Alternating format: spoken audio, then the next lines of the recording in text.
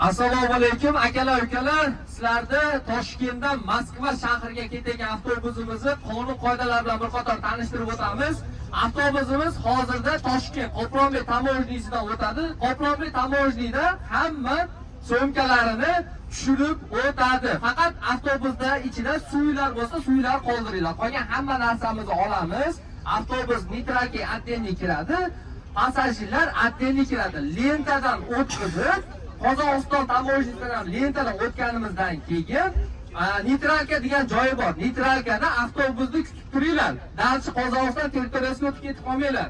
Chunki avtobusda kirayotganda voditeldan, ya'ni shoferlardan nechta yo'lovchi bilan kelding deb sonini so'radi. 51 ta hozir avtobusimizda hamma yo'lovchi bo'ldi. 51 ta yo'lovchini o'sha neytralkadan olib olish kerak. Chiqib ketib qolmanglar. Mabodo kimdir chiqib ketib qolsa, tamojnidan chiqqandan keyin kutib turinglar.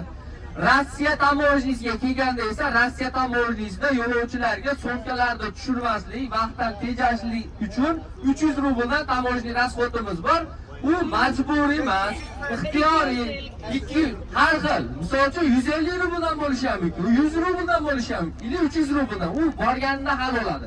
Men prosta sizlarga 300 rubl deb aytib qo'yaman, 150 rubl Qozog'iston, 150 rubl Rossiya. Sumkalar tushmaydi, hamma o'zi bilan o'zi o'tadi.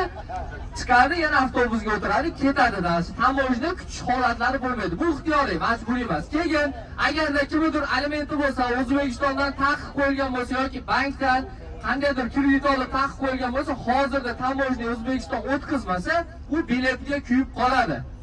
Rossiyaga ham o'zi familiyasini o'zgartirib ketayotganlar bo'ladigan bo'lsa, qaytarsa biletga kuyadi.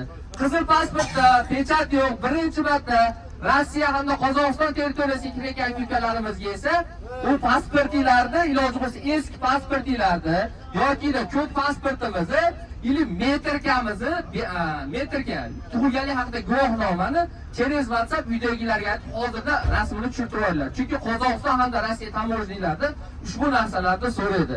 Hammaga rahmat, sog' salomat yetinglar. Xudo xohlasa 2,5 sutkada avtobusimiz Moskva shahrida bo'ladi.